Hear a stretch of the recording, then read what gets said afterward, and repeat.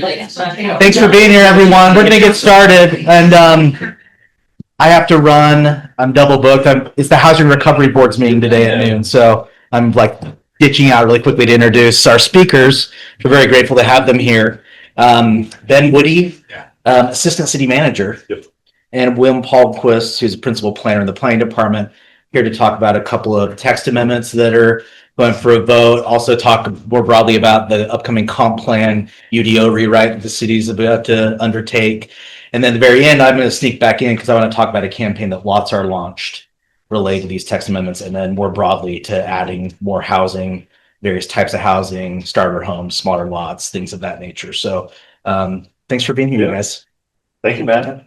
So I was going to do an introduction, but Matt really just did that well, so I don't have a lot to say. Ben Woody, Assistant City Manager. I'm actually going to let Will do, he has I think it's a relatively brief slide deck, but what I would encourage you to do is make this more conversational if you want to. Like, I think questions would be welcomed. Yeah.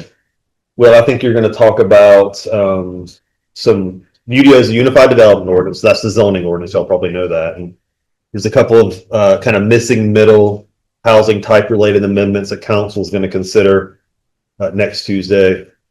Will can talk about that a little bit, or you are going to actually, I think. And then on the end, we can talk about the bigger effort to update the zoning ordinance. And so again, if you have any questions, just let us know. We're happy to be here. I hope that as the planning department works on this update of the zoning ordinance, our ordinance is more, I don't want to steal into your thunder, but it's more than 30 years old. So we're using zoning kind of philosophy or standards that are pretty dated, because you got to think when it was written 30 years ago, it was probably based on things 10 years before that. So we are way out of date. This is a huge project.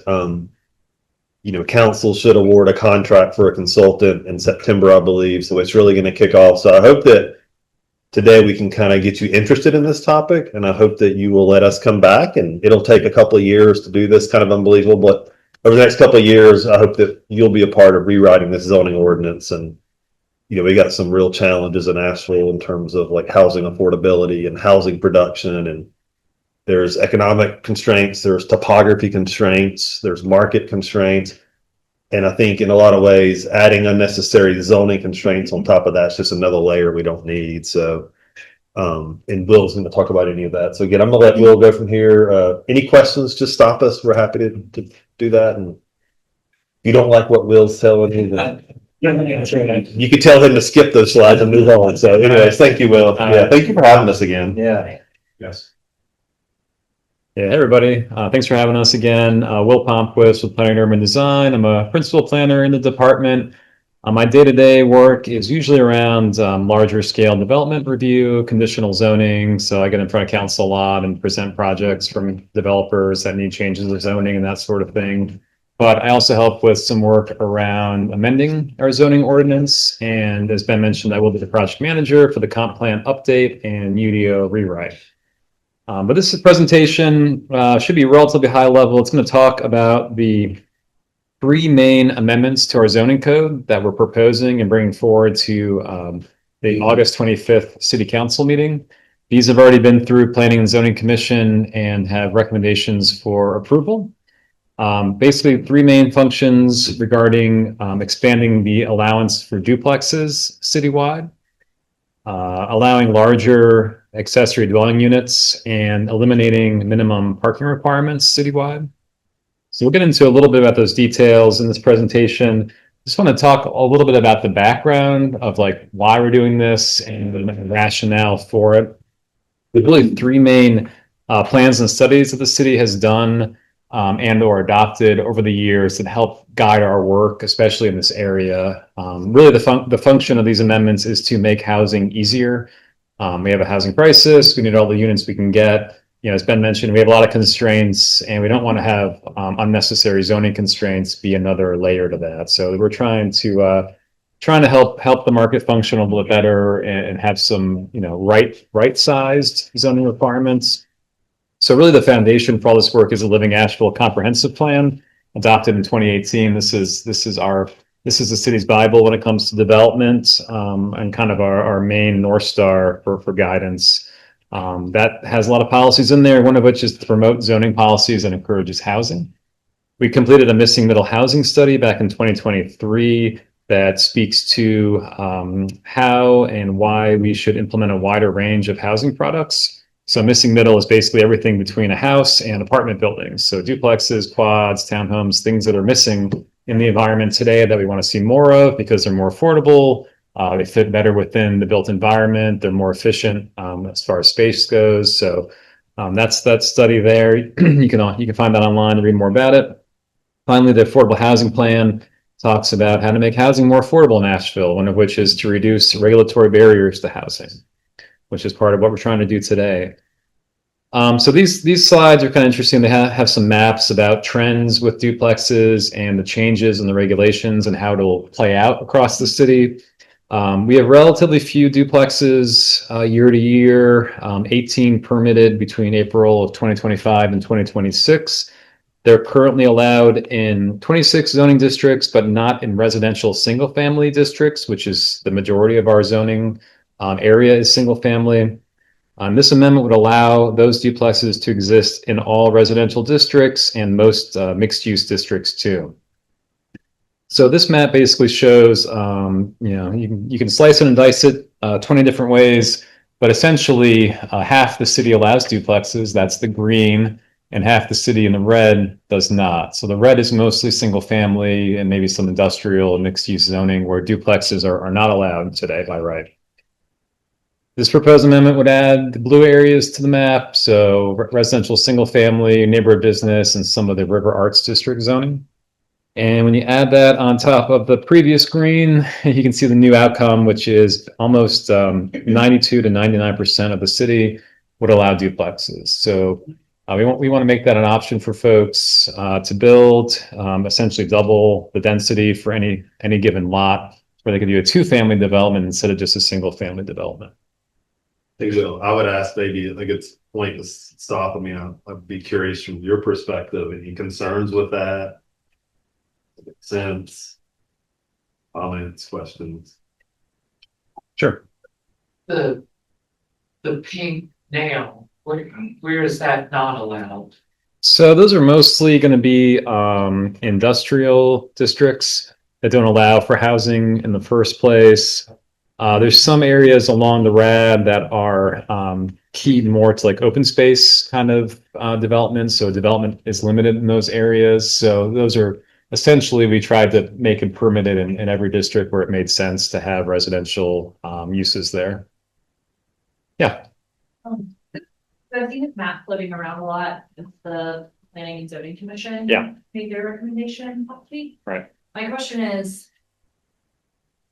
this specific overlay that you're showing us something that we could pull up ourselves on the GIS and have a map later at this time? Because I was not able to find, I was like trying. Yeah.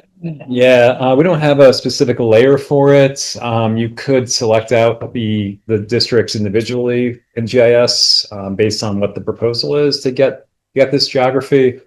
We can share this presentation. This presentation is also in the August 5th Planning and Zoning Commission web folder online. So you can get a copy of the map. We don't have this layer specifically available.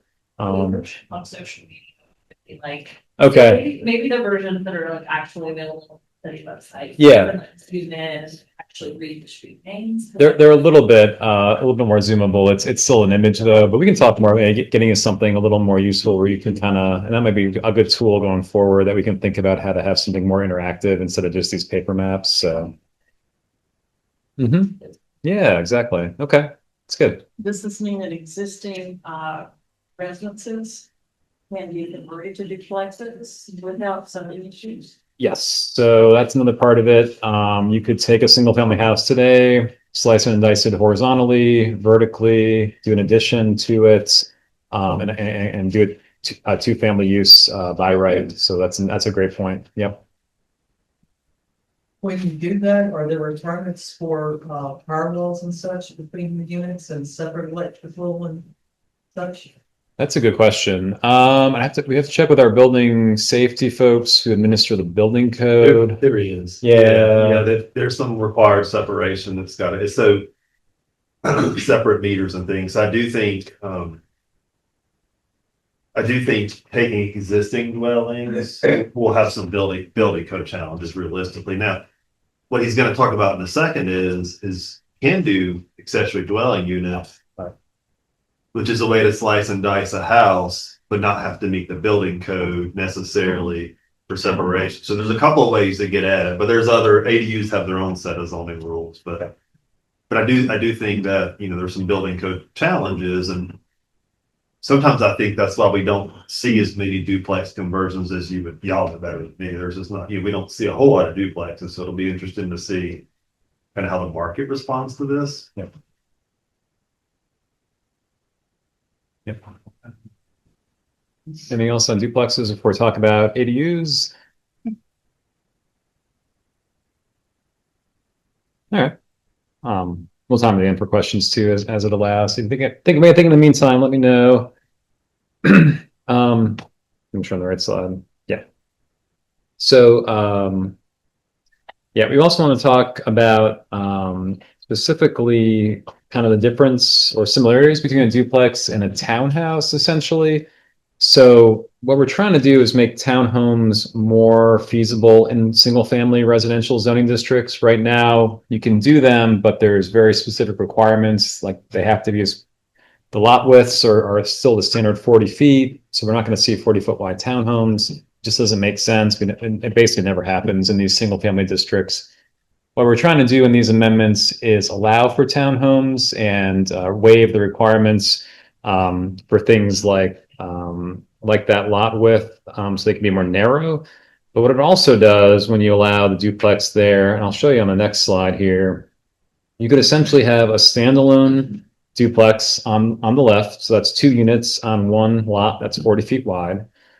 Or you could do a basically 2 separate fee simple properties with what is essentially a duplex, but in a townhome configuration. You can only do, in the single family districts, we're not proposing a whole chain of these allowed to be limited to 2 consecutive attached units. But what this could do is it could either, folks could build a duplex like on the left, they could subdivide it and convert it into a townhouse like you see on the right.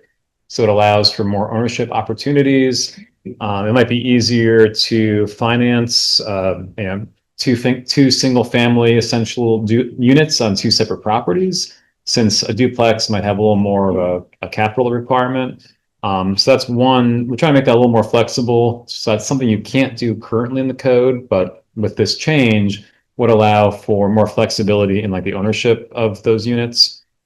So I don't know if you have any thoughts about that, but we're thinking that would remove some barriers to that. I think it's plus. Yeah. Better. Yep. Yeah. Hardly better than just. Right.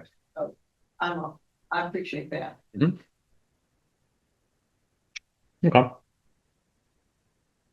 So that is the last slide on duplexes. Next thing I'm going to talk about is accessory dwelling units, or ADUs. So I think you're all probably familiar with this. It's essentially where it allows for a separate independent dwelling unit in association with a single family house. Currently, they're only allowed in single family house situations, but we're going to be changing some of that and also increasing the allowed size of these. So these 4 bullets basically outline the changes we're proposing. The first one is to increase the maximum size of an ADU to 1,000 square feet. It's currently at 800 square feet. We were kicking around the idea of going a little bit higher at 1,200, but in the meantime, North Carolina General Assembly has kind of gone ahead and capped it at 1,000 feet already. So we're correcting course and being in alignment with the statutes as we need to be. Our a little bit reduction there to 1,000 square feet. So you might have seen that 1,200 square foot number kicking around, but that's why we're at 1,000 feet now, which is the maximum under state law that we can allow an ADU to be. But that will increase it functionally. It will also change the requirements from what it currently is today, which is usually 70% of the primary structure, to just simply being smaller than the primary structure, which could literally be just 1 square foot smaller. So that should allow for some more flexibility, make ADUs a little more desirable and marketable for folks. We're also eliminating the off-street parking requirements for ADUs, which we've seen be a barrier to their creation. And interesting, I think important to note is we're allowing an ADU on a lot that contains a duplex. So today you can only do an ADU on single family, but in the future, if this gets approved, you could do an ADU in association with a duplex and effectively have 3 units on one lot. So we think that's a good kind of infill housing approach. It's that kind of soft density that we're looking for. So that's a big change, but one that, you know, could be helpful even at a smaller scale. I've heard, and I think it's accurate, but I want to make sure Yeah. that in certain unique cases that can actually be flipped as well. If there's already a small structure on the parcel, that can end up in the smaller one compared to the new structure. Or does it have to be related on timeline of when something is built? Yeah, it's going to depend, I think, on the size requirements. So you could, For example, there's Yeah. already a 450 square foot Right. house on the lot. Right. There's room to build a bigger house. Yep. And make the. Right. Okay, I hear you. Yeah. Yep. So can it be done backwards? You can do a larger house and then call the smaller structure an ADU. I think we have to think about the placement. I think there is some requirements. We have to dig in a little bit on this and the details about the location of that ADU in relation to the main structure. Sometimes there's like a form requirement that the ADU be located either behind or to the side of it. So depending on where that larger structure goes, that might have to be a consideration. But if you could work around that, essentially you could do it that way. And yeah, there is kind of an option for like more incremental changes and starting with one unit and then adding another one. So we think there's flexibility built in here where it doesn't have to be, you know, it can be a little more incremental investment and evolution as opposed to a larger project that comes in all in one fell swoop. So we think this kind of loosens up some of those mechanisms a little bit. Yeah. This is, but what's the minimum square feet requirement for a duplex, like for each unit? That would be, that's a building code question. Yeah, whatever the minimum. Few hundred, 400 square feet. It's, I think you may know better than me. It's probably whatever conditions need to be there for. Leave the building is 400. But that's, I think the building code now is 400. yes, that sounds right. You gotta have like where all those sanitary facilities or whatever. So no, I think you can build them that tiny, or you can build them, I guess, as big as you want. Okay. yeah, essentially, yeah. Provided it meets, whatever other standards are. But yeah. There's not a zoning minimum, but there would be a building code one. Yeah. Okay. Mhm. Anything else on ADUs before we talk parking? So the parking one is a little more straightforward. So here you can see an example of a huge parking field. I was just here the other day. It's Lowe's down on Airport Road. If you've ever been to that parking lot, it's ginormous. Essentially, parking is very simple. We are getting rid of minimum parking requirements. We were considering doing this. We did an incremental change last year to eliminate minimum parking requirements in some districts in the city, and we were considering removing them citywide. In the meantime, the state went ahead and passed legislation to prohibit municipalities in most cases from requiring off-street parking. So made our calculus a little more straightforward in that whether we get this approved or not at City Council, it's going to effectively be how we administer the parking requirements. So this means there'll be no minimum parking requirements. There would still be maximum allowances for parking. We're kind of cleaning up that table. It's very cumbersome right now in our UDO document, but we're simplifying that. So it's still a maximum number because we don't want to have an inordinate amount of parking spaces necessarily. And also we still have minimum bicycle parking requirements for some project types. So those things will remain, but essentially if a project comes in, we will not be making them do a certain number of parking spaces. So I don't understand about what I don't understand. What was the state legislation's thought process on removing local ability to require parking? don't know if I can speak to the thought process. You know, it's it allows more flexibility for development. You know, it's a very pro-development climate. So I don't know if they heard from their constituents about, you know, issues with providing that minimum requirements. But you know, it is kind of a pro-growth strategy. So if you kind of put it in that sense with kind of the philosophy, at least based on legislation we've been seeing over time, it kind of fits within that pattern. There are some exemptions for some parts of the state, like coastal areas and historic districts that we are not part of. So that's probably the impetus is to have a more pro-growth regulatory environment. We have some data on this I can talk a little bit about. I'm going to answer more questions too. We've done some analysis on this because we wanted to understand, you know, if we don't require parking, what parking gets provided. We looked at this area outside of downtown where parking is currently not required. What we saw over the past few years was that only about 7% fewer spaces were provided than would have been required. And that's a more urban area outside downtown, but take that for what it's worth, is that we got pretty close to what the required parking would be. Furthermore, since we changed some of the parking requirements for some districts and didn't require them back in March of 2025, over the past year and a half, we've tracked these 9 projects that we got, a little bit larger scale projects. They would have required 170 parking spaces prior to removing the parking requirement.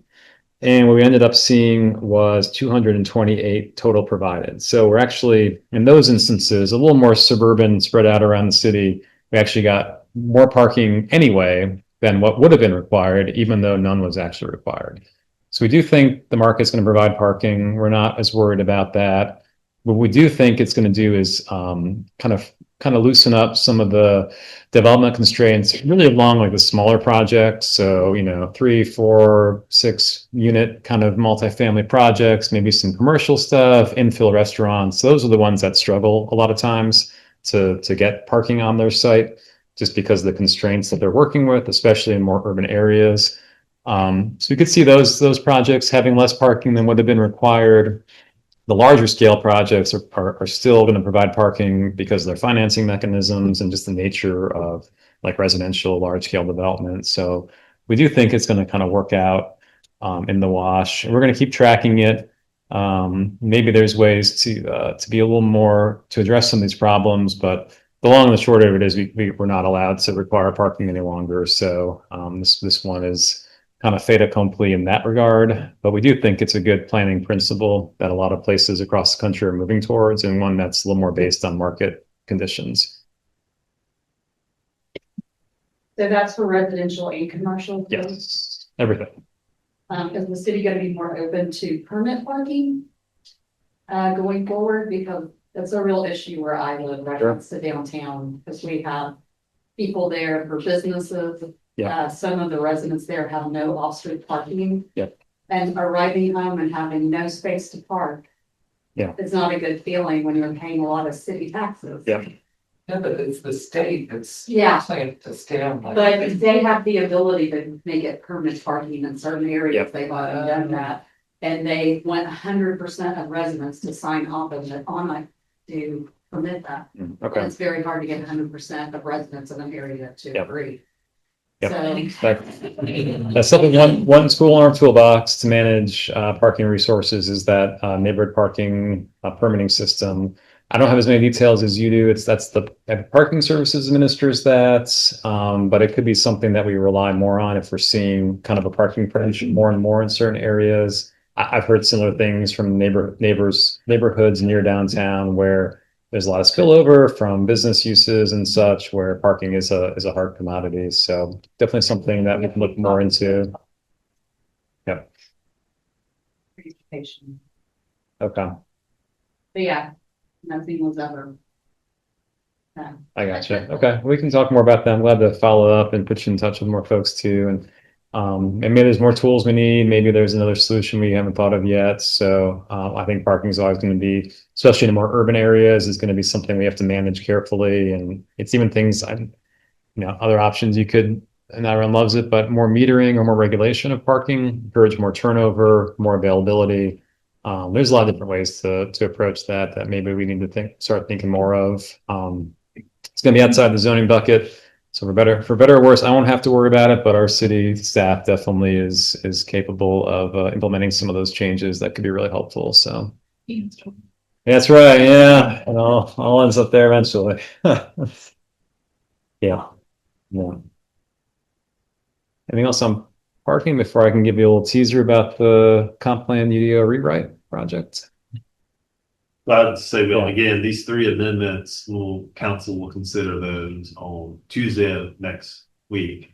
I think Matt's gonna come back and give y'all like a pep talk about that or GH, but yeah, so we'll see what happens. I guess we know the parking is gonna pass because it has to, Yeah. but we'll see what happens with the other 2.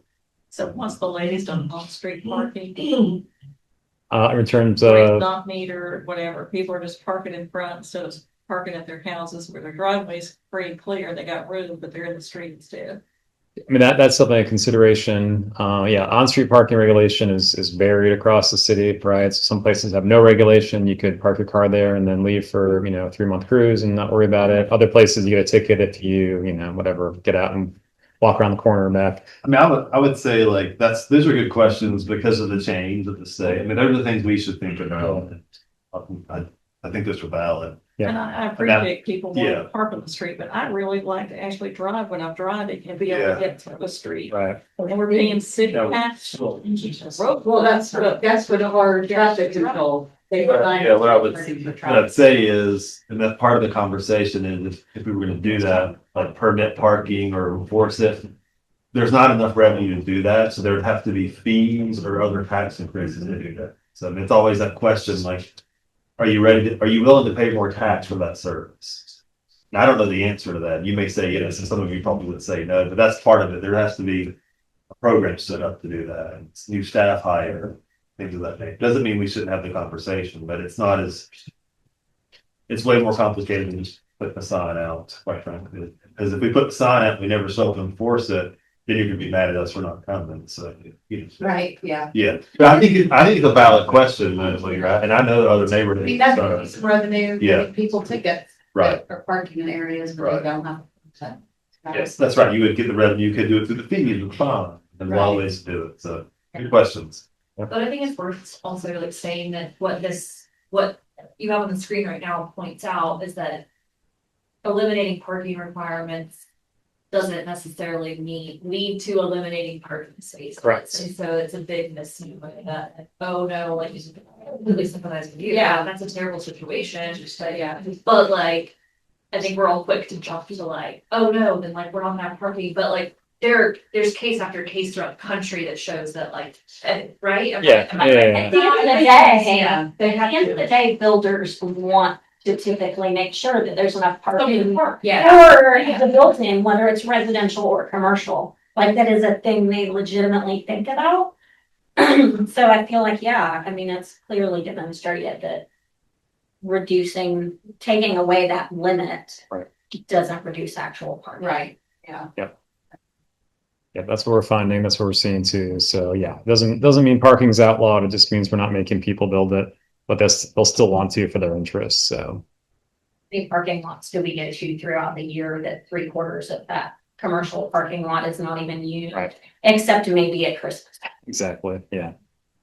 Yep. Well, I'm just going to leave you all wanting more and let you know. They could have used that parking minimum. Yeah. Let you know that we are endeavoring to begin a project to update the comprehensive plan and completely rewrite our development regulations. So I think as Ben was saying earlier, our UDO is pretty old, it's decrepit, it's confusing. Anyone who's tried to look at it, you have my sympathies because it can be difficult to work with. We have some goals in that project to make the UDO simpler, have it focus more on housing enabling regulation, be more environmentally resilient, especially after Helene, simplifying, rationalizing some of the districts, and then create products and materials and web-based experiences that are more user-friendly. whether it's developers or residents or even city staff who administer it every day, to make it a little bit easier to work with. So like Ben said, we're hoping to have a contract ready for approval at the September City Council meeting. We're currently speaking to our highest scored consultant team. We put an RFP out in April and got a really great response. So we had a great set of teams to evaluate, and we are working with the number one team to get a contract and scope. Hopefully get that approved in September. We're going to start with the comprehensive plan update. It's not a full rewrite. Comp plan's only about 8 years old, but we need to update some sections of it, respond more to Helene, COVID. Lots happened since 2018. And once we have that done, we can really work on the new zoning code, and then also some other things like the standard specifications detail manual, which is all the engineering specs like streets and stormwater. Those need a little more resiliency focus. So there's a lot of work coming down the pike for us. We'll have a great team of consultants to help us, and we're going to look forward to working with everyone in the community to get their input and right size these regulations so that it's effective to what Asheville needs to grow and prosper going forward. Yep, some engagement activities in the fall. Keep an eye out and please participate. And I got my contact info here. If you want to reach out to me, ask any follow-up questions. Look forward to speaking with you. Glad to answer any other questions you have. Can you talk about flag lot sizing being reduced to 10 feet? Is that going to happen throughout the city? Don't believe that's currently a proposal. We reduced it a few years ago, I think, to 20 feet. There's portions of the city, I understanding that you're not 10. Not all of the cities. That's for flag lots that the front home Right. and then the flag in the back share the driveway. Correct. That's 20 feet is what the regulation is now. And we have two. It's confusing because we have two different sets of regulations depending on where you are in the city, whether you're in Appendix 7F or not. They Okay, and it's actually an overlay. So some RS8 is the old regulation, some RS8 is the new. I have to look at the specific numbers and that map to determine that. You can also reach out to our Planner of the Day hotline. Those folks know it inside and out. So pod@asheville.nc.gov, or there's a phone number you can. I'll say what Bill won't say. That was a mess. It's bad policy. It's confusing where you can and can't, and that's the kind of thing that needs to be cleaned up. Right. Those things that Yeah. it depends on who you get onto the phone as to what the answer is. Yes, it's way too complicated. And, I don't know if a flag lot pole should be 10 feet, 12 feet, 20. I don't really know, but it needs to be something we can all live with and we can all understand.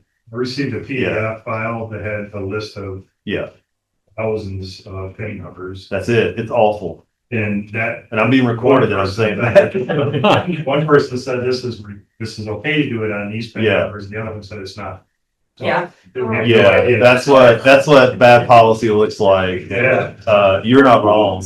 But it's seems so strange too, because sometimes you'll just get a little parcel that's not buildable because of the way the land is cut up. Yep. And it's just kind of weird how they do these flag lots. It doesn't make a lot of sense. Yeah, we need, there's a chance to do like what you're saying. That's too hard to administer. And then I think this process is a good opportunity to think about it more comprehensively and strategically and make better decisions for this community. But basically, the planner of the day would tell you whether or not your property is 10 feet or it's. Yeah, and they literally got to go through a list of PIN numbers, like you said, which is. I'm gonna reach out. My PIN number's on the sheet. Yeah. But. And I don't know what happens. You can't. Or what if you subdivide and you create a new PIN number? It's a terrible way. Yeah. But that's what we want to do is subdivide out, create a PIN number. Yeah. If you want to follow up with me directly, I'd be glad to get you straightened out. Okay, sounds good. So if these pass next week through the city council. Yep. How long before those particular three amendments will be allowed? Yep. So they are implemented immediately, essentially. So as soon as if the vote passes, yay, then they're the law of the lands. It just takes us a little bit of time to update our online UDO document. But if they're effectively immediate. You can come in Wednesday morning Yeah. and apply for your duplex. That's right. Okay, and then the amended and simplified UDO is most likely not till 2028. Yes. So we're going to need pretty much all of 2027 and almost all of 2028 to do that. It's a pretty big process. There's a lot of opportunity for public input, Right. some different rounds of engagement and drafting. So it's going to be a long haul, but one that we're really excited for, and it's going to pay dividends down the road for sure.